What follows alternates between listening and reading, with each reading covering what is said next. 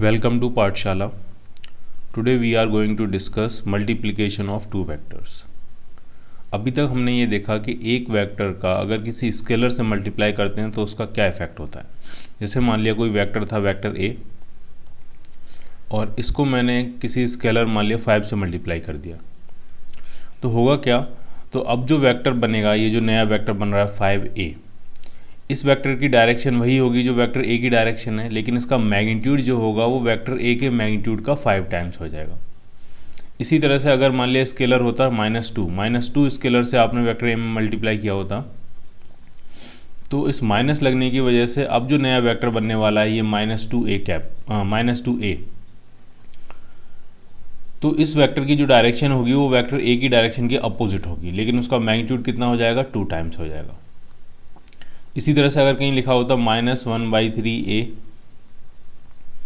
तो इसका मतलब ये हुआ कि अब ये जो नया वेक्टर है -1/3a, इसकी डायरेक्शन वेक्टर ए की डायरेक्शन के अपोजिट होगी क्योंकि यहाँ माइनस लगा हुआ है, और इस वेक्टर का जो मैग्नीट्यूड होगा वो ए के मैग्नीट्यूड का 1/3 हो जाएगा।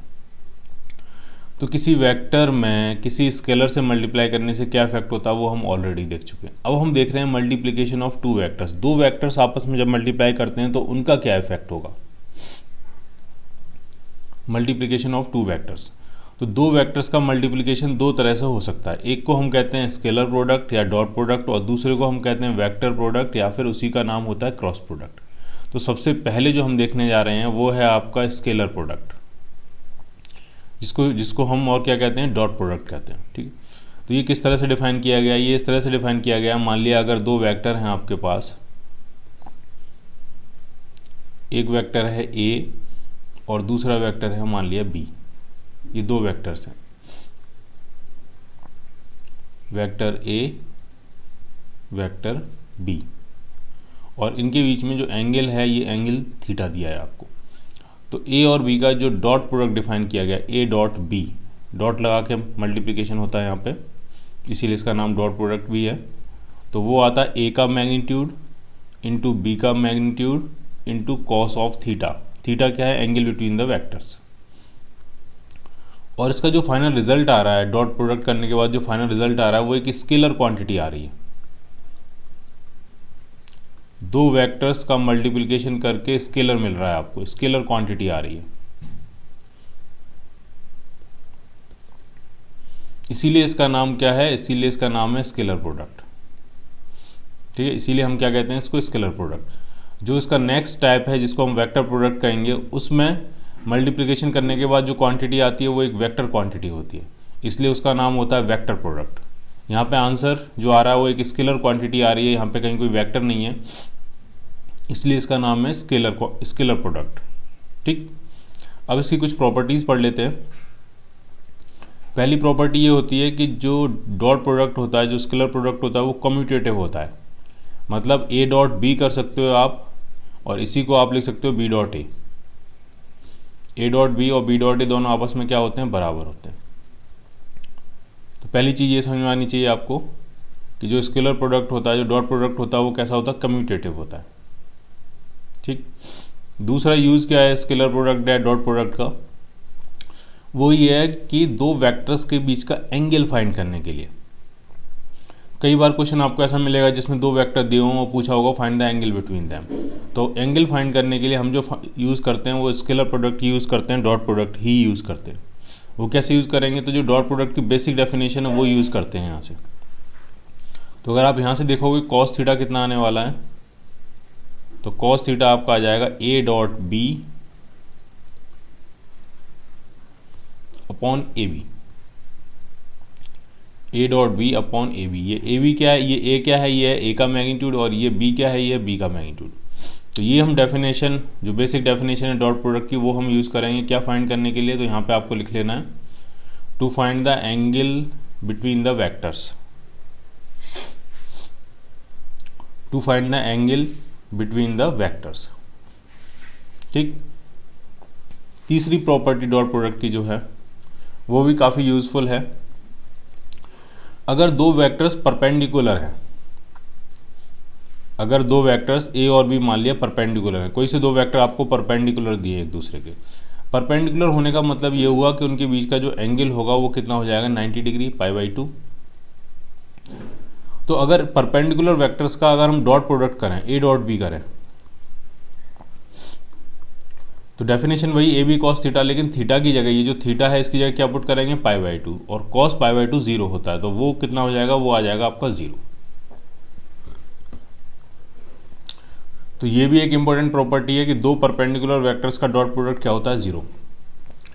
कई बार सिचुएशन आपको ऐसी मिलेगी जिसमें आपको दो वेक्टर्स परपेंडिकुलर प्रूव करने होंगे, ठीक।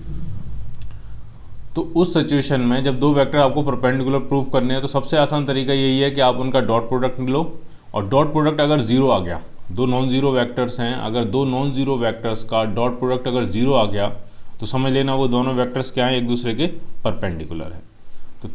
तो जो तीसरी जो प्रॉपर्टी है वो हम किस काम में यूज़ करेंगे, वो यूज़ करेंगे दो वेक्टर्स को परपेंडिकुलर प्रूफ करने के लिए। अगर इतना आपको समझ में आता है तो आप मुझे बताओ आई डॉट जे कितना होना चाहिए। आई डॉट जे जो भी होगा वो जे डॉट आई के बराबर होगा। Vector product dot product scalar product commutative होता है। तो आई डॉट जे क्या होगा, आई और जे दो परपेंडिकुलर यूनिट वेक्टर्स होते हैं, तो उनका डॉट प्रोडक्ट कितना आना चाहिए, जीरो। अगर परपेंडिकुलर वेक्टर्स हैं तो उनका डॉट प्रोडक्ट कितना होगा, जीरो। तो आई जे और के कोई से दो यूनिट वेक्टर लेके अगर आप डॉट प्रोडक्ट करोगे आई जे और के में, तो ना आंसर क्या आना है, जीरो, क्योंकि आई जे और के ये तीनों ही क्या होते हैं, म्यूचुअली परपेंडिकुलर होते हैं।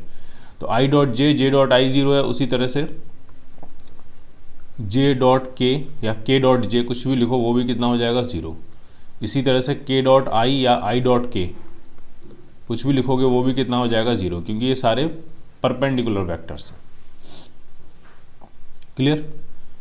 नेक्स्ट प्रॉपर्टी, अगर पैरेलल वेक्टर्स हों, dot product of parallel vectors, तो डॉट प्रोडक्ट कितना आता है, ए is parallel to be. A और बी के मैग्नीट्यूड अलग हो सकते हैं लेकिन डायरेक्शन दोनों की सेम है, ये दोनों पैरेलल वेक्टर्स हैं। पैरेलल का मतलब ये हुआ कि इनके बीच का जो एंगल होगा वो आपका 0 डिग्री होगा। अगर एंगल 180 डिग्री हुआ तो भी क्या होगा, ये दोनों हम लिख लेते हैं, एक पैरेलल एक एंटी पैरेलल। तो जब एंगल 0 डिग्री हुआ, कॉस 0 होता है 1, तो ए डॉट बी आपका सिंपली ए बी के बराबर हो जाएगा। और जब 180 डिग्री एंगल होता है तो ए डॉट बी कितना हो जाएगा आपका, A B cos 180, A B cos 180, cos 180 -1 होता है तो ये हो गया माइनस ए बी। तो जब पैरेलल वेक्टर्स होते हैं सेम डायरेक्शन में तो उनका डॉट प्रोडक्ट सिंपली उनके मैग्नीट्यूड के प्रोडक्ट के बराबर होता है। जब दो वेक्टर पैरेलल हैं तो उनका जो डॉट प्रोडक्ट होगा वो सिंपली उनके मैग्नीट्यूड के प्रोडक्ट के बराबर होता है। अगर ये बात आपको समझ में आ रही है तो आप मुझे ये बताओ जरा, आई डॉट आई कितना होगा। आई और आई पैरेलल वेक्टर है, सेम डायरेक्शन में, ये भी एक्सी पॉजिटिव डायरेक्शन में, ये भी एक्सी पॉजिटिव डायरेक्शन में, तो इनका जो डॉट प्रोडक्ट होगा वो सिंपली इनके मैग्नीट्यूड के मल्टीप्लिकेशन के बराबर होगा। और दोनों का मैग्नीट्यूड 1 होता है क्योंकि दोनों ही यूनिट वेक्टर हैं, तो आंसर क्या बन जाएगा, 1। इसी तरह से जे डॉट जे भी कितना हो जाएगा, 1। इसी तरह से के डॉट के भी कितना हो जाएगा आपका, 1। ठीक है। तो ये कुछ चीज़ें आपको ध्यान रखनी है कि I dot J, I dot के डॉट जे, अगर अलग अलग वेक्टर्स का डॉट प्रोडक्ट कर रहे हो आप आई जे के में, तो आंसर कितना आना है, 0। और अगर I dot I, J dot J और के डॉट ए कर रहे हो तो आपका आंसर कितना मिलना है, 1। क्लियर। इन दोनों प्रॉपर्टीज़ को अभी हम यूज़ करेंगे डॉट प्रोडक्ट को फाइंड करने में। कैसे, वो आपको देखना। तो अब हम देखने जा रहे हैं कि दो वेक्टर्स अगर आपको दिए हों तो उनका डॉट प्रोडक्ट हमें कैसे फाइंड करना है। How to find dot product of two vectors.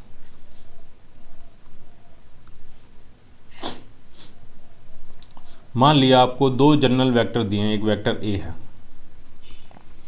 कुछ नाम दे देते हैं इसको, A1 आई कैप प्लस A2 जे कैप प्लस A3 के कैप। और दूसरा वेक्टर जो दिया है वेक्टर बी, वो दिया आपका V1 आई कैप प्लस V2 जे कैप प्लस B3 के कैप। और अब हमको क्या करना है, इनका डॉट प्रोडक्ट करना है, ए डॉट बी। तो जरा लिख देते हैं, ए का ए वेक्टर क्या है, वो है A1 आई कैप प्लस A2 जे कैप। थोड़ा सा आपको पेशेंस रखना है, उसके बाद एक फॉर्मूला आ जाएगा, वो फॉर्मूला फिर आपको हमेशा के लिए ध्यान कर लेना है, प्लस A3 के कैप डॉट B1 आई कैप प्लस B2 जे कैप प्लस B3 के कैप। अब जरा डॉट प्रोडक्ट करते हैं, ठीक है। तो इस वेक्टर में भी 3 टर्म्स हैं, इस वेक्टर में भी 3 टर्म्स हैं, हर टर्म का हर टर्म से डॉट प्रोडक्ट होगा। A1 आई कैप का B1 आई कैप के साथ होगा, A1 आई कैप का B2 जे कैप के साथ होगा, इसी तरह से A1 आई कैप का B3 के कैप के साथ होगा। इसी तरह से हम डॉट प्रोडक्ट करेंगे। तो जरा A1 का करना शुरू करते हैं। तो A1 आई कैप का B1 आई कैप के साथ करेंगे। तो आई कैप A1 B1 तो बन ही जाएगा, A1 B1 तो बन ही जाएगा, और साथ में क्या बनेगा, आई कैप डॉट आई कैप। इधर भी आई कैप है, इधर की भी आई कैप है, आई कैप डॉट आई कैप कितना होता है 1, तो सिंपली आ गया ये A1 B1 प्लस। अब A1 आई कैप का करेंगे B2 जे कैप के साथ, तो A1 B2 तो आ जाएगा, लेकिन आई डॉट जे कितना होता है 0। अभी हमने देखा 2 परपेंडिकुलर वेक्टर्स का डॉट प्रोडक्ट कितना होता है 0, तो आई डॉट जे 0 हो जाएगा, तो नेक्स्ट टर्म 0 आएगा। इसी तरह से A1 आई कैप का करेंगे B3 के कैप के साथ, तो आई डॉट के भी क्या होता है आपका 0 होता है, तो वो टर्म भी कितना हो जाएगा 0। तो आपने देखा आई के साथ डॉट प्रोडक्ट सर्वाइव कर रहा है, इसी तरह से जे के साथ डॉट प्रोडक्ट सर्वाइव करेगा, और के साथ डॉट प्रोडक्ट सर्वाइव करेगा। बाकी सारे टर्म्स क्या हो जाएंगे 0। तो अगर हम यहाँ लिखें आई के साथ आ गया A1 B1, इसी तरह से जे के साथ जब आप करोगे तो ये आ जाएगा A2 B2, बाकी जे डॉट जे 1 होता है। इसी तरह से के साथ सर्वाइव करेगा, और वो आ जाएगा A3 B3, बाकी सारे टर्म्स क्या हो जाएंगे 0। तो डॉट प्रोडक्ट काफ़ी आसान है। ए डॉट बी जब भी करना है तो आई को आई कैप के साथ डॉट प्रोडक्ट कर लो, जे को जे कैप के साथ डॉट प्रोडक्ट कर लो, और के को के कैप के साथ डॉट प्रोडक्ट कर लो, बाकी सारे टर्म्स क्या हो जाएंगे 0। तो आंसर क्या बनेगा, A1 B1 plus A2 B2 plus A3 B3। Simple, dot product करना बहुत ही आसान है। अब हम एक एग्जाम्पल कर लेते हैं इसी पे बेस्ड इलस्ट्रेशन। मान लिया आपको 2 वेक्टर दिए हैं A एंड B। ए आपको दिया है आपको 3 आई कैप माइनस 4 जे कैप प्लस 5 के कैप, और दूसरा वेक्टर आपको दिया है B, वो दिया माइनस 4 आई कैप प्लस 3 जे कैप माइनस 2 के कैप। तो सबसे पहला पार्ट जो है इस क्वेश्चन का, मान लिया ए पार्ट जो है वो, उसमें आपको ए डॉट बी फाइंड करना है, सिंपली डॉट प्रोडक्ट फाइंड करना है। तो कैसे करेंगे, आई को आई कैप के साथ डॉट प्रोडक्ट करेंगे, जे को जे कैप के साथ और के को के कैप के साथ, बाकी सारे टर्म्स क्या हो जाएंगे 0। जब इन दोनों का डॉट प्रोडक्ट होगा तो ये आ जाएगा -12। आई डॉट आई 1 होता है, इन दोनों का डॉट प्रोडक्ट होगा तो फिर से आ जाएगा -12। जे डॉट जे 1 होता है, और इन दोनों का डॉट प्रोडक्ट जब होगा तो आ जाएगा -10। तो ये बन गया आपका -22 -10 -34, -24 -10 -34। तो डॉट प्रोडक्ट जो आ गया वो आ गया -34, और स्केलर वैल्यू आई है, इसमें कहीं कोई वेक्टर का नामो निशान नहीं है, स्केलर वैल्यू आई है, इसीलिए इसका नाम स्केलर प्रोडक्ट भी होता है। तो ए डॉट बी आपने फाइंड कर लिया। मान लिया बी पार्ट में आपसे ये पूछा गया था, बी पार्ट में हम मान लिया ये जानना चाहते हैं कि ए और बी के बीच में जो एंगल है, सिर्फ ये जानना चाहते हैं कि वो एक्यूट है कि ऑब्ट्यूज है। Angle between A dot B जो है वो हम ये जानना चाहते हैं कि वो 90 से छोटा है, 0 और 90 के बीच में, या 90 और 180 के बीच में। तो आप बताओ जरा हम कैसे फाइंड करेंगे। तो आप डॉट प्रोडक्ट की डेफिनेशन लगाओ। डॉट प्रोडक्ट क्या होता है, A dot B is equal to होता है ए का मैग्नीट्यूड बी का मैग्नीट्यूड इंटू कॉस थीटा। अब आप जरा ढंग से समझो, अगर डॉट प्रोडक्ट नेगेटिव आ रहा है, ये तो पॉजिटिव ही होंगे, ये तो मैग्नीट्यूड्स हैं, ए का मैग्नीट्यूड बी का मैग्नीट्यूड, ये तो सब पॉजिटिव ही होंगे। अगर डॉट प्रोडक्ट निगेटिव आ गया इसका मतलब कॉस थीटा निगेटिव होगा, और cos theta negative second quadrant में होता है। अगर कॉस थीटा पॉजिटिव आ जाता है इसका मतलब फर्स्ट क्वाड्रेंट में है हम, कॉस थीटा नेगेटिव आ जाता है तो इसका मतलब हम सेकंड क्वाड्रेंट में है। 0 to 180 के बीच में ही होता है दो वेक्टर्स के बीच का एंगल। तो सेकंड क्वाड्रेंट में इसका मतलब एंगल कितना हुआ दोनों वेक्टर्स के बीच में, ऑब्ट्यूज। अगर फर्स्ट क्वाड्रेंट में आ जाता कॉस थीटा डॉट प्रोडक्ट अगर पॉजिटिव आ जाता है यहाँ पे, तो हम कौन से क्वाड्रेंट में होते हैं, फर्स्ट क्वाड्रेंट में, तो एंगल क्या होता है दो वेक्टर्स के बीच में, एक्यूट। तो ये आप ध्यान रख सकते हो कि अगर ए डॉट बी आपका पॉजिटिव आ रहा है, ग्रेटर देन 0 आ रहा है, तो दोनों के बीच में जो एंगल होता है थीटा वो क्या होता है, एक्यूट एंगल होता है। और अगर ए डॉट बी आपका नेगेटिव आ गया तो दोनों के बीच में जो एंगल होगा थीटा वो क्या होगा, वो होगा ऑब्ट्यूज। ठीक, तो बी पार्ट हमारा सॉल्व हो गया। बी पार्ट में हमें बस ये पता करना था कि वो एंगल एक्यूट है कि ऑब्ट्यूज है, तो पता लग गया कि वो एंगल क्या है, आपका ऑब्ट्यूज एंगल है।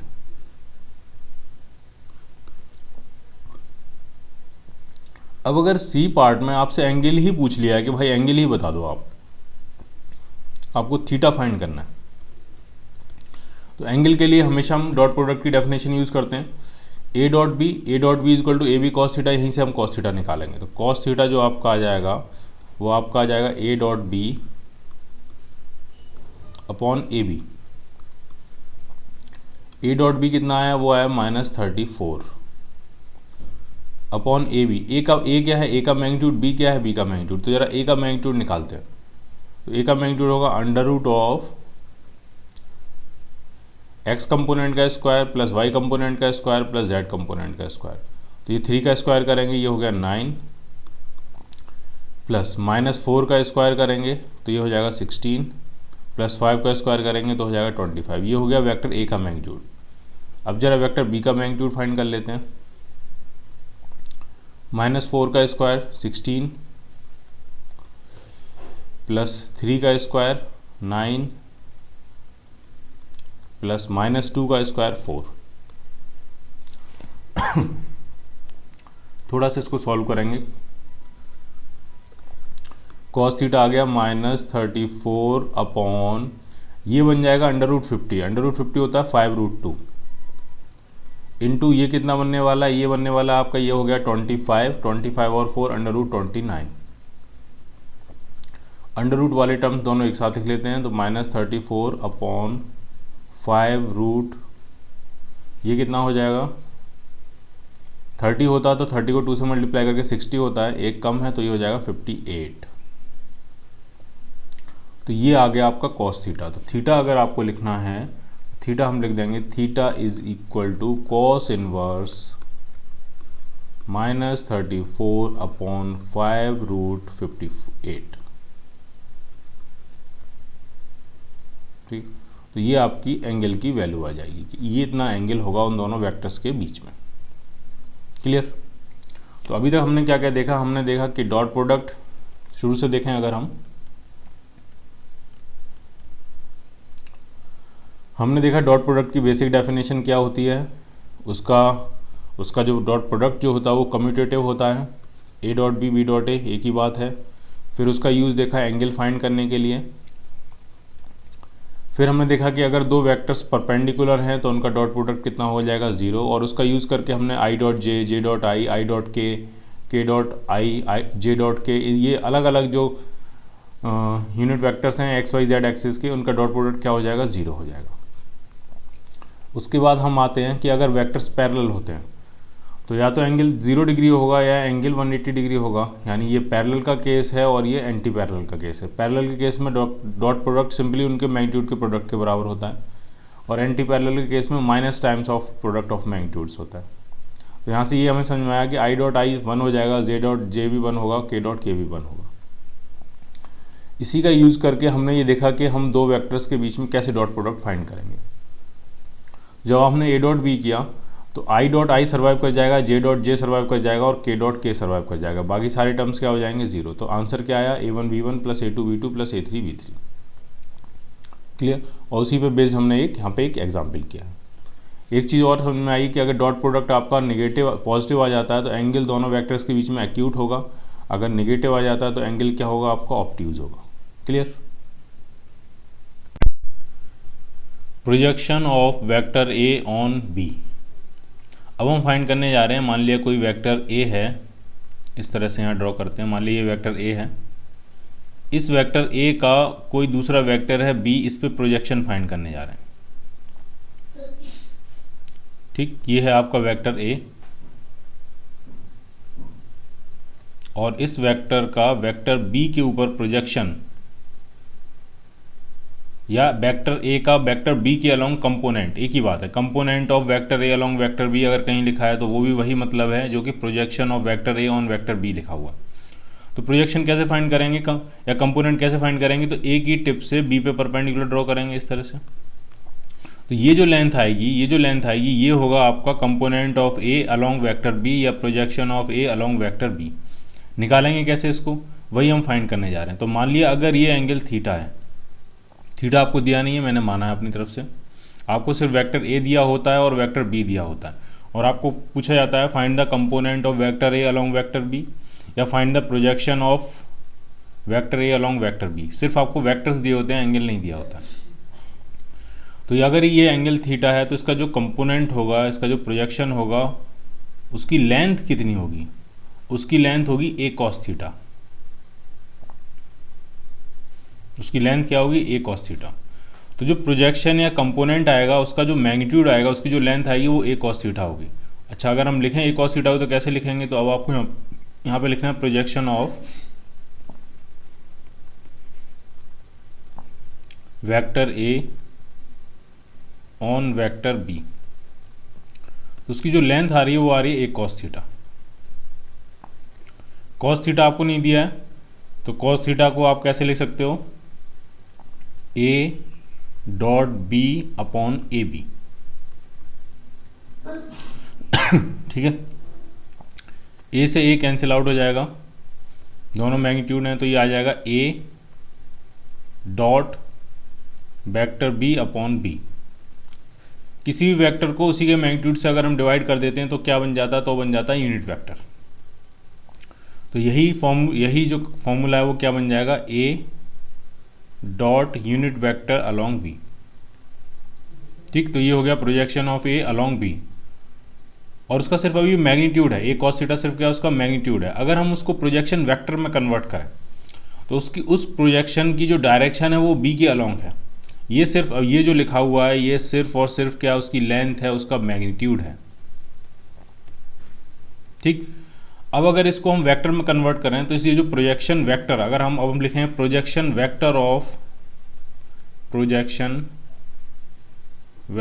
Of A on B. अब प्रोजेक्शन वेक्टर आपसे पूछा जा रहा है, यानी ये वेक्टर आपको बताना है। तो ये बहुत सिंपल है, मैग्नीट्यूड तो हमने फाइंड कर ही लिया है और उसकी डायरेक्शन बी के अलोंग है, तो डायरेक्शन देने के लिए हम बी के डायरेक्शन के यूनिट वेक्टर से इसमें फिर से मल्टीप्लाई कर देंगे। तो ये आपका हो गया A dot unit vector along B, ये तो हुआ प्रोजेक्शन की लेंथ। और उसको अगर वेक्टर बनाना है तो इसको डायरेक्शन देनी होगी, तो डायरेक्शन बी के अलोंग है तो बी के यूनिट वेक्टर से इसमें मल्टीप्लाई कर देंगे। ये आपको ध्यान रखना है कि ये जो टर्म है ये एक स्केलर है और ये जो है ये एक यूनिट वेक्टर है। तो ये मल्टीप्लिकेशन कुछ वैसा ही मल्टीप्लिकेशन हुआ जैसे कि 5a था। ठीक है, इसके बीच में ना डॉट लगाओगे ना क्रॉस लगाओगे। ये मल्टीप्लिकेशन तो सिंपल एक स्केलर और एक वेक्टर का मल्टीप्लिकेशन है। डॉट और क्रॉस हम तब लगाते हैं जब दो वेक्टर्स के बीच में मल्टीप्लिकेशन हो रहा। ठीक है, तो ये बन गया projection vector of A on B.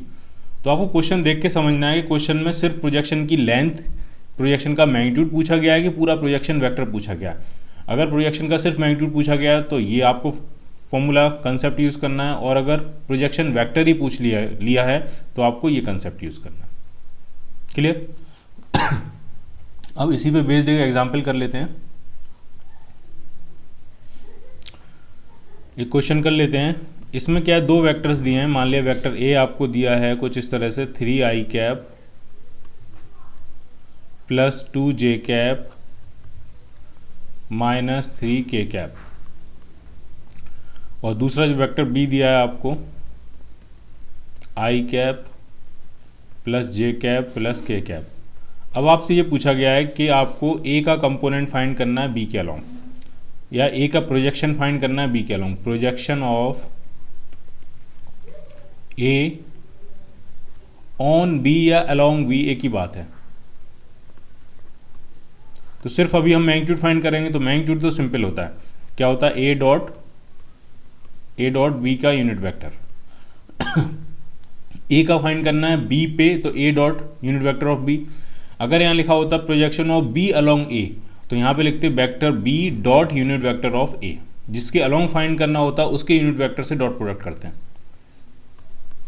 तो ए है आपका 3i cap plus 2j cap minus 3k cap, और इसका डॉट प्रोडक्ट करना है बी के यूनिट वेक्टर से। बी का यूनिट वेक्टर खुद में क्या होगा, बी का यूनिट वेक्टर होगा vector B divided by mod B. तो वेक्टर बी कितना है, तो वो है i प्लस जे प्लस के, और इसको इसी के मैग्नीट्यूड से डिवाइड कर देंगे, तो अंडर रूट ऑफ 1 का स्क्वायर प्लस 1 का स्क्वायर प्लस 1 का स्क्वायर, तो ये अंडर रूट 3 आ जाएगा। अब जरा डॉट प्रोडक्ट करते हैं, तो आई को आई के साथ मल्टीप्लाई करेंगे तो ऊपर आ जाएगा 3, प्लस जे को जे के साथ मल्टीप्लाई करेंगे 2, के को के साथ मल्टीप्लाई करेंगे -3, और नीचे क्या बन रहा है आपका अंडर रूट 3। 3 से 3 कैंसिल आउट हो गया, तो ये आ गया 2/√3। तो वेक्टर ए का बी के अलोंग जो कंपोनेंट होगा उसकी लेंथ होगी 2/3 यूनिट्स, 2/√3 यूनिट्स। ठीक है। अब अगर आपसे ये कहें कि आपको प्रोजेक्शन वेक्टर बनाना है, प्रोजेक्शन वेक्टर बताना है ऑफ ए अलोंग बी, तो बस ये जो आपने मैग्नीट्यूड फाइंड कर लिया है 2/√3, इसी में हम बी के यूनिट वेक्टर से मल्टीप्लाई कर देंगे। इसी में हम बी के यूनिट वेक्टर से मल्टीप्लाई कर देंगे। बी का यूनिट वेक्टर कितना, आई प्लस जे प्लस के /√3। तो ये कितना आ गया, ये आ गया 2/3 times I plus J plus K. तो ये आ गया आपका component of vector A along vector B. पूरा वेक्टर है ये, ठीक है, सिर्फ मैग्नीट्यूड नहीं है, उस कंपोनेंट का मैग्नीट्यूड नहीं है, वो पूरा वेक्टर आपने फाइंड किया। अब हम देखेंगे कि हम स्केलर प्रोडक्ट या डॉट प्रोडक्ट का कहाँ कहाँ यूज़ करते हैं। ठीक है, सिर्फ 2 एग्जाम्पल देखेंगे। तो जो पहला यूज़ होता है सबसे ज़्यादा जिसको हम यूज़ करेंगे वो है work done by a constant force. Work done by a constant force. Constant force वैसे कोई भी फोर्स हो उसका वर्क डन फाइंड करने में, चाहे वो कांस्टेंट हो या वेरिएबल हो, कोई कैसा भी फोर्स हो उसका वर्क डन फाइंड अगर हम करेंगे तो हम डॉट प्रोडक्ट का ही यूज़ करेंगे। लेकिन हम यहाँ पे जो एग्जांपल देखेंगे वो सिर्फ कांस्टेंट फोर्स का देखेंगे। वो इसलिए क्योंकि जब हम वर्क एनर्जी थ्योरम पढ़ेंगे, वर्क बाय एनर्जी पढ़ेंगे, तब हम देखेंगे कि work done by variable force क्या होता है।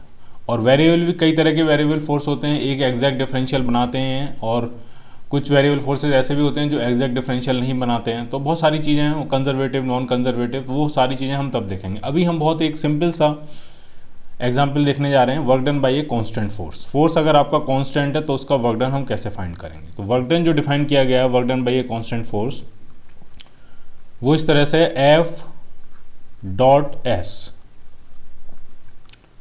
कांस्टेंट फोर्स का जो वर्क डन आता है वो सिंपली आ जाता है F डॉट एस। F आपका फोर्स वेक्टर है और जो S है वो आपका डिस्प्लेसमेंट वेक्टर है। डिस्प्लेसमेंट वेक्टर मतलब final position vector minus initial position vector. तो ये हुआ आपका डिस्प्लेसमेंट वेक्टर।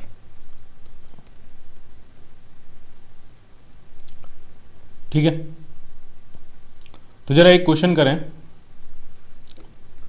एक क्वेश्चन, एक पार्टिकल है वो मूव कर रहा है, कहाँ से कहाँ तक मूव कर रहा है, तो 1, 2, 3 से मूव कर रहा है 3, 5, -2 तक। ठीक है, ये इसका मूवमेंट है और किस फोर्स की वजह से मूव कर रहा है वो फोर्स भी आपको दिया है। A particle is moving from 1, 2, 3 to 3, 5, -2 under the action of a force that will be given 3i cap minus 2j cap plus 4k cap. इस फोर्स के अंडर में एक पार्टिकल इस पॉइंट से इस पॉइंट तक मूव कर रहा है। Find the work done by the force आपसे पूछा गया है। तो फोर्स कांस्टेंट है, इसमें कोई वेरिएबल नहीं है, इसमें कहीं कोई x, y, z, t कुछ भी नहीं है, पूरा कांस्टेंट फोर्स है। कांस्टेंट फोर्स का वर्क डन सिंपली होता है F.S। तो पहले हम डिस्प्लेसमेंट निकालने जा रहे हैं, डिस्प्लेसमेंट वेक्टर। डिस्प्लेसमेंट वेक्टर होता है final position minus initial position. तो 3 माइनस 1 करेंगे तो ये हो जाएगा 2i कैप। 5 माइनस 2 करोगे तो ये हो जाएगा plus 3j cap. Minus 2 minus 3 करेंगे तो ये हो जाएगा माइनस 5k कैप। ये हो गया आपका डिस्प्लेसमेंट वेक्टर। फोर्स वेक्टर आपको ऊपर दिया हुआ है, तो बस वर्क डन फाइंड करना है, उनको डॉट प्रोडक्ट कर देना है। डॉट प्रोडक्ट में अभी तक तो आप इतना तो समझ ही गए हो कि आई को आई के साथ डॉट प्रोडक्ट करते हैं, जे को जे के साथ, के को के के साथ, बाकी सारे कॉम्बिनेशंस का डॉट प्रोडक्ट 0 हो जाता है। तो इस केस में कितना आएगा, 3 2 जा 6, 2 3 जा 6, माइनस 6 और ये हो जाएगा माइनस 20। तो 6 से 6 कैंसिल आउट हो गया। वर्क डन जो आया है वो आया माइनस 20। अगर फोर्स आपका दिया है न्यूटन में और ये कोऑर्डिनेट्स जो दिए हैं वो आपको मीटर्स में दिए हैं, तो ये जो डिस्प्लेसमेंट आएगा वो आपका मीटर्स में आ जाएगा। तो newton into meter work done जो आएगा वो आपका जूल्स में आ जाएगा। और वर्क डन निगेटिव आ रहा है। वर्क डन निगेटिव का मतलब सीधा सा ये हुआ कि फोर्स और डिस्प्लेसमेंट वेक्टर के बीच में ऑब्ट्यूज एंगल होगा। याद करो, अगर डॉट प्रोडक्ट निगेटिव आता है तो दोनों वेक्टर्स के बीच में एंगल कैसा होता है, ऑब्ट्यूज। तो फोर्स और डिस्प्लेसमेंट के बीच में जो एंगल होगा वो कैसा एंगल होगा आपका, ऑब्ट्यूज एंगल होगा। इसीलिए वर्क डन कैसा आया आपका, निगेटिव आया। तो एक तो यूज़ ये हो गया कि वर्क डन फाइंड करते हैं हम डॉट प्रोडक्ट की हेल्प से। और भी कई फॉर्मूले में यूज़ होता है। एक और एग्जांपल देख लेते हैं। Power delivered by a force. कोई फोर्स है F लगा के एक ऑब्जेक्ट को मूव कराया जा रहा है और किसी इंस्टेंट पे उसकी वेलोसिटी v होती है। तो उस इंस्टेंट पे वो जो फोर्स पावर डिलीवर कर रहा होगा उसका फॉर्मूला बनता है F.V। F.V। और भी कई सारी जगह डॉट प्रोडक्ट का यूज़ होता है, लेकिन अभी के लिए हम सिर्फ ये दो ही एग्जाम्पल देख रहे हैं। क्लियर। एक चीज़ और इम्पोर्टेंट डिस्कस करेंगे डॉट प्रोडक्ट के बारे में कि अगर कोई वेक्टर खुद से ही डॉट प्रोडक्ट करता है तो उसका रिजल्ट क्या आता है। मान लो कोई वेक्टर ए है और वो अपने आप से ही डॉट प्रोडक्ट कर रहा है, dot product with itself, A dot A. अब आप मुझे खुद से बताओ ए और ए के बीच में एंगल कितना होगा, 0। जब दोनों ही वेक्टर ए हैं तो आइडेंटिकल वेक्टर हुए तो उनके बीच में एंगल कितना होगा, 0। तो ये सिंपली बन जाएगा ए का मैग्नीट्यूड इंटू ए का मैग्नीट्यूड इंटू कॉस 0। कॉस 0 होता है आपका 1, तो ये सिंपली हो गया ए स्क्वायर, ए के मैग्नीट्यूड का स्क्वायर। ए के मैग्नीट्यूड को हम ऐसे भी रिप्रेजेंट करते हैं। मैग्नीट्यूड को रिप्रेजेंट करने के दो तरीके होते हैं, मॉड लगा के भी करते हैं, सिंपली भी करते हैं। तो इसको आप ऐसे भी लिख सकते हो, ठीक है। तो कहीं किसी वेक्टर का अगर मैग्नीट्यूड दिखे आपको, मैग्नीट्यूड का स्क्वायर अगर दिखे, तो सिंपली आप उसको कैसे लिख सकते हो, ए डॉट ए। सिंपली आप उसको कैसे लिख सकते हो, ए डॉट ए। क्लियर। इसी पे बेस्ड हमारी शीट में एक एग्जाम्पल है, क्वेश्चन 61। एक क्वेश्चन है, उसी को सॉल्व करते हैं एग्जाम्पल बना के यहाँ पे। तो उस क्वेश्चन में आपको इस तरह से दिया है कि a1 प्लस वेक्टर a2 का मॉड जो है वो आपको दिया है √3, ठीक है। और पूछा क्या गया है, पूछा क्वेश्चन में गया है find a1 minus a2 dot twice a1 plus a2, ये आपसे पूछा गया। तो अगर मॉड अगर √3 है तो अगर हम इसका स्क्वायर कर दें तो इधर भी स्क्वायर हो जाएगा, इधर भी स्क्वायर हो जाएगा, तो इस तरफ तो आ जाएगा 3, इस तरफ तो क्या आ जाएगा आपका 3, इधर क्या आएगा। तो किसी भी वेक्टर के मॉड का स्क्वायर जो होता है तो सिंपली क्या, उस वेक्टर का उसी वेक्टर के साथ डॉट प्रोडक्ट, तो इसका डॉट प्रोडक्ट कर देते हैं। तो ये आपका बन जाएगा a1 plus a2 dot a1 plus a2। जरा डॉट प्रोडक्ट कर लेते हैं। तो a1 डॉट a1, a1 का square, a1 dot a1, a1 का स्क्वायर। और क्वेश्चन में एक चीज़ और दी है, अगर आप क्वेश्चन पढ़ोगे कि ये जो वेक्टर A1 A2 हैं यूनिट वेक्टर्स हैं। ये जो A1 और A2 जो वेक्टर्स हैं वो आपके कैसे वेक्टर्स हैं? यूनिट वेक्टर्स हैं, दोनों ही यूनिट वेक्टर्स हैं, यानी इनका अपना मैग्नीट्यूड क्या होगा? 1 ही होगा। Unit vectors. तो जब आप A1 डॉट A1 करोगे तो A1 का स्क्वायर होगा और A1 का मैग्नीट्यूड 1 है तो ये हो जाएगा 1 plus A1 dot A2 plus A2 dot A1 plus A2 dot A2 फिर से कितना हो जाएगा? 1 इज इक्वल टू 3। तो यहाँ से आ रहा है आपका 2 टाइम्स A1 डॉट A2 जो है वो 1 के बराबर आ जाएगा, यानी A1 डॉट A2 जो आएगा आपका, A1 और A2 का जो डॉट प्रोडक्ट आएगा वो आपका आ गया हाफ। यहाँ से आप A1 और A2 के बीच का एंगल भी फाइंड कर सकते हो, क्योंकि A1 डॉट A2 जो होगा वो हो जाएगा A1 A2 cos theta. A1 A2 की वैल्यू 1 है, दोनों यूनिट वेक्टर हैं, तो कॉस थीटा दिया है हाफ कॉस थीटा अगर हाफ है तो थीटा कितना हो जाएगा आपका? 60 डिग्री। अब जरा यहाँ पे आते हैं, अब जरा इसमें डॉट प्रोडक्ट करते हैं। तो पहले से करेंगे तो ये आ जाएगा 2A1 का स्क्वायर और A1 का मैग्नीट्यूड 1 है तो ये सिंपली हो गया 2। फिर पहले का दूसरे से करेंगे तो ये आ जाएगा A1 डॉट A2। इसी तरह से इसका इससे करेंगे तो -2 times A1 dot A2। A2 dot A1 लिख लो या A1 डॉट A2 लिख लो, दोनों बराबर होते हैं, डॉट प्रोडक्ट कम्यूटेटिव होता है। फिर इसका इससे करेंगे तो -A2 डॉट A2 तो ये -1 हो जाएगा और इसी की वैल्यू हमें फाइंड करनी है। तो ये हो गया 2 - 1, इधर तो हो गया 1 और ये आ गया -A1 dot A2। A1 dot A2 की वैल्यू कितनी है? हाफ, तो 1 माइनस हाफ कितना बचेगा आपके पास? हाफ। तो जो क्वेश्चन में आपसे पूछा गया उसका आंसर रिजल्ट क्या आएगा आपका? हाफ। क्लियर? तो ये हो गया आपका डॉट प्रोडक्ट। अब हम देखेंगे वेक्टर प्रोडक्ट। वेक्टर प्रोडक्ट का एक और नाम होता है क्रॉस प्रोडक्ट। तो अगर मान लिया दो वेक्टर्स आपको इस तरह से दिए हैं, ये है वेक्टर A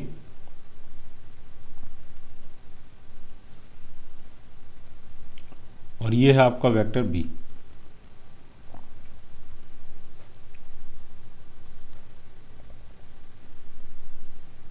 वेक्टर A और वेक्टर B के बीच में एंगल आपको मान लिया कुछ दिया है theta.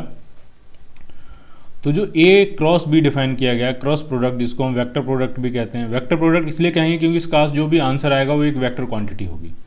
A cross B represent cross लगा के करते हैं इसको, तो ये हो जाता है A का मैग्नीट्यूड B का magnitude into sine of angle between them AB sine theta.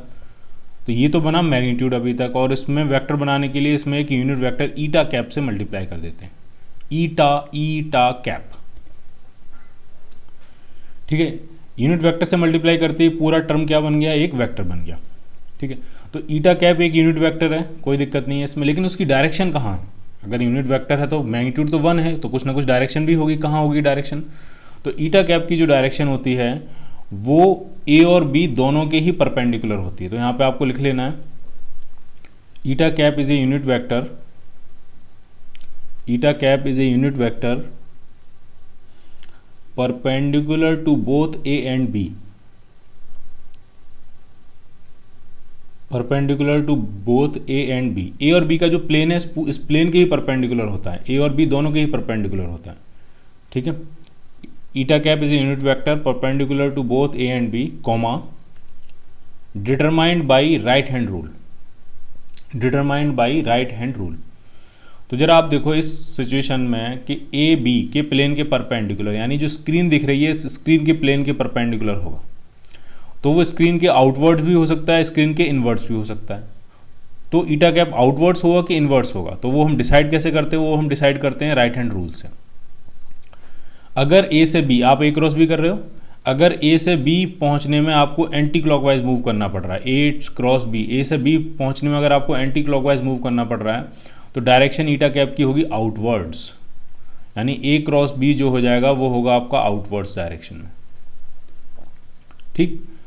अगर कोई आपसे B क्रॉस A पूछेगा तो आपको B से शुरू करना है और A तक जाना है, तो B से शुरू करके A तक आप कैसे पहुंचोगे? क्लॉकवाइज सेंस में। क्लॉकवाइज का मतलब होता है इनवर्ड्स। तो बी क्रॉस ए की डायरेक्शन क्या होगी आपकी इनवर्स। इसी को हम राइट हैंड रूल से भी फाइंड करते हैं। राइट हैंड आपको उठाना है और एक ही डायरेक्शन में रखना है। जो राइट हैंड है, राइट हैंड की फिंगर्स को एक ही डायरेक्शन में रखना है और उसको कर्ल करना है बी की तरफ। तो जो थंब आएगा वो आपको ए क्रॉस बी की डायरेक्शन देगा। जो थंब आएगा वो किसकी डायरेक्शन देगा, ए क्रॉस बी की डायरेक्शन देगा।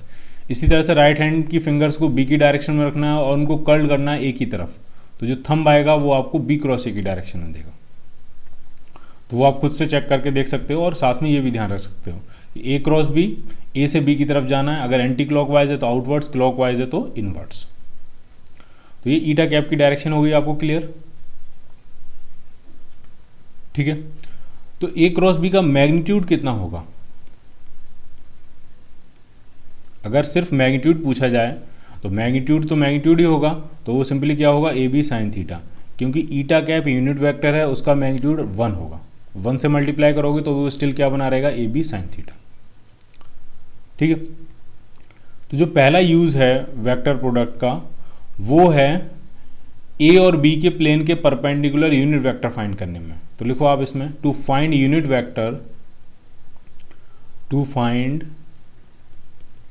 Vector perpendicular to the plane of A and B, perpendicular to the plane of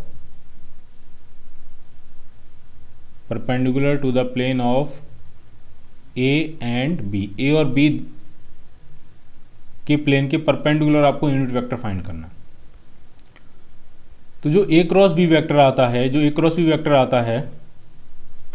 या जो ईटा कैप वेक्टर होता है, ये ए और बी इन दोनों के प्लेन के परपेंडिकुलर ही होता है। तो क्या मैं डायरेक्ट लिख सकता हूं इसको, A cross B upon A B sine theta, A cross B upon A B sine theta. A B sine theta ये मैग्नीट्यूड है, इसको इस तरफ ले आएंगे तो सिर्फ क्या बचेगा, यूनिट वेक्टर बचेगा। तो ये जो वेक्टर आया है A cross B upon A B sine theta, ये ए और बी के प्लेन के परपेंडिकुलर है, ठीक। क्या इसी के साथ B cross A upon B A sine theta लिखो या ए बी साइन थीटा लिखो, एक ही बात है, मैग्नीट्यूड्स हैं वो तो सारे। क्या ये वेक्टर भी ए और बी के प्लेन के परपेंडिकुलर है, एक इनवर्ट्स होगा तो दूसरा क्या हो जाएगा, आउटवर्ड्स। तो ये जो दोनों वेक्टर्स हैं ये दोनों यूनिट वेक्टर हैं और ये दोनों ही यूनिट वेक्टर ए और बी के प्लेन के परपेंडिकुलर हैं, ठीक है। अब आप एक चीज और समझो, जो मैग्नीट्यूड ए क्रॉस बी का होगा वही मैग्नीट्यूड बी क्रॉस ए का होगा। बस फर्क इतना है कि अगर ए क्रॉस बी आपका आउटवर्ड्स है तो बी क्रॉस ए कहाँ होगा, इनवर्ड्स। तो यहां से हम एक प्रॉपर्टी और लिख सकते हैं, वो प्रॉपर्टी ये है कि बी क्रॉस ए जो होगा वो आपका माइनस टाइम्स ए क्रॉस बी हो जाएगा, क्योंकि दोनों का मैग्नीट्यूड सेम है। ए क्रॉस बी का मैग्नीट्यूड और बी क्रॉस ए का मैग्नीट्यूड सेम है। बस फर्क इतना है कि एक इनवर्स है एक आउटवर्ड्स है, यानी दोनों के बीच में 180 डिग्री का एंगल है, दोनों एक दूसरे के इक्वल एंड अपोजिट हैं। तो बी क्रॉस ए लिख सकते हो आप माइनस टाइम्स ए क्रॉस बी। तो जरा आप इस बी क्रॉस ए को माइनस टाइम्स ए क्रॉस बी लिखोगे तो जो यूनिट वेक्टर आएगा जो कि ए और बी के प्लेन के परपेंडिकुलर, उसको अगर मैं शॉर्ट में एक ही टर्म में लिखना चाहूं तो मैं उसको ऐसे लिख सकता हूं, plus minus A cross B upon A B sine theta.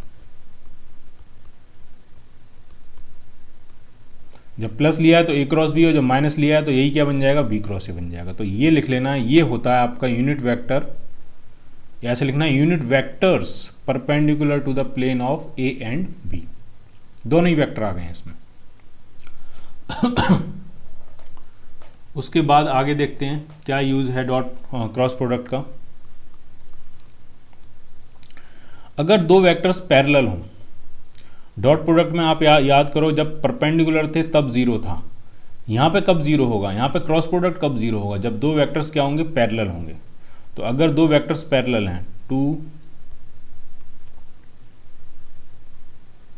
Vectors are parallel, क्योंकि यहाँ साइन थीटा आया है और साइन 0 0 होता है, तो अगर दो वेक्टर्स पैरेलल हैं तो उनका जो क्रॉस प्रोडक्ट आ जाएगा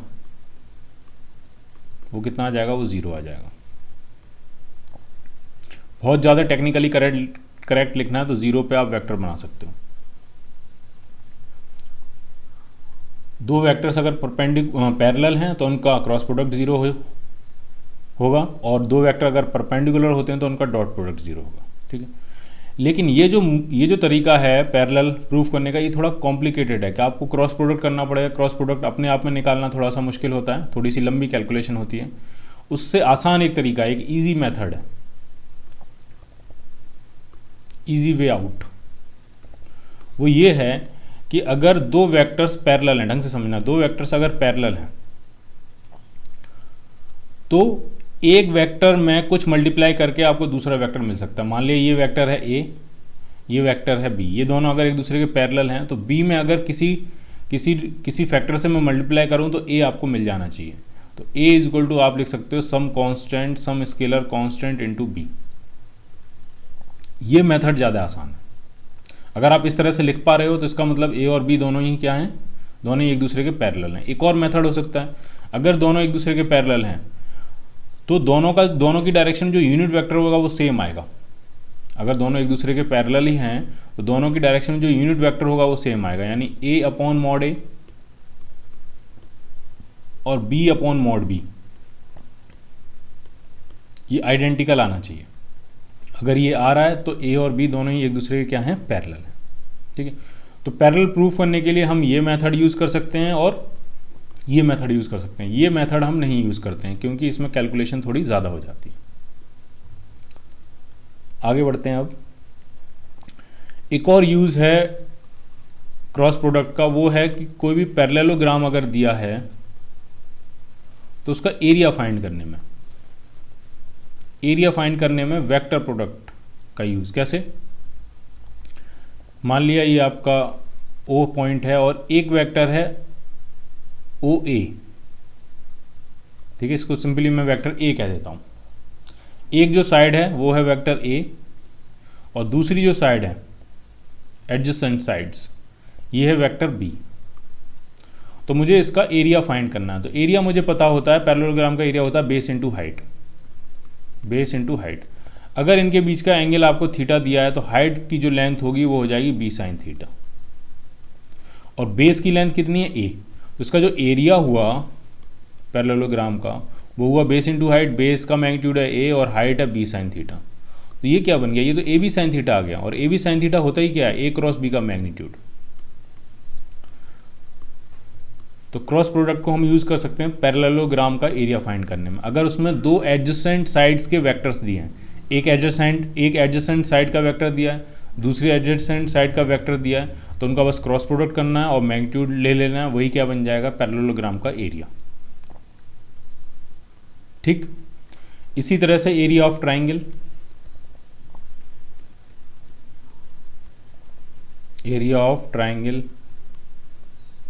यहां पे क्या लिखना है, एरिया ऑफ पैरेललोग्राम। अब ट्राइंगल का एरिया, तो ट्राइंगल बना लेते हैं।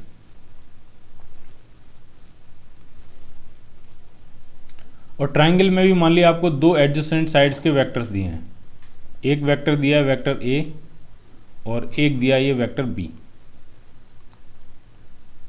तो ट्राइंगल का एरिया जो होता है, एरिया ऑफ ट्राइंगल, वो होता है half base into height.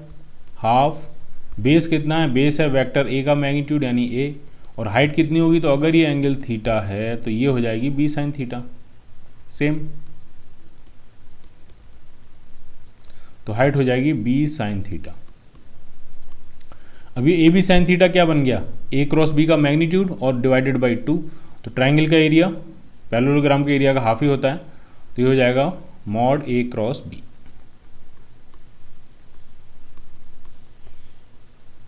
Clear.